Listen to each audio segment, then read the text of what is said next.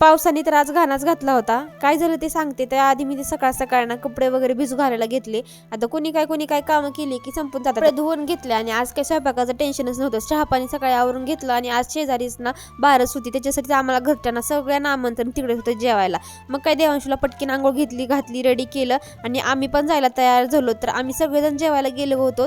सगळ्या बायका पण आलेल्या होत्या. खूप छान असा मेनू होता. आमटी, चपाती, कांदा, भात. बारस म्हणले की सगळीकडे हेच जेवण तर कॉमनली असतं आमच्या गावामध्ये आणि त्यासोबत मस्तपैकी बालुशाही सुद्धा होती स्वीटमध्ये. मग आल्या मला एक काम होतं की हे सोप्याचे कव्हर धुवून ठेवले होते आणि त्याला ना 2 दिवस झालं घालायचं म्हणून तसंच ठेवलं होतं.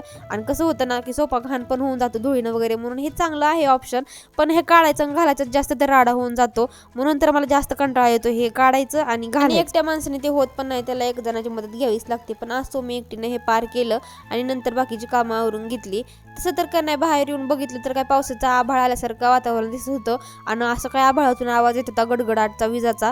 म्हणून म्हटलं की बाई चल बाई कामं आवरून घेऊ पटकीन, नाही तर पाऊस आला तर सगळं बिघडून जाईल. म्हणून पटकी कामं आवरून घेतली आणि 4 वाजता गेलेली लाईट संध्याकाळच्या 9 वाजल्या तरी सुद्धा आलेली नव्हती. 9 वाजता लाईट आल्यानंतर पटकीन बाहेर जेवायला घेतलं. छान वातावरण झालेलं, तर हवा सुटली होती, गार लागत होतं. मस्तपैकी जेवायला बसलो तर काय पावसानं घाणा घातला. जेवताच आम्हाला ताटं घरात घेऊन जावे लागली आणि घरात जाऊन थोडेफार राहिलेलं जेवण केलं आणि नंतर पाऊस सुरू झाला. असो, पण पावसाळा माझा फेवरेट आहे, त्याच्यामुळे आपल्याला तर छानच वाटत होतं.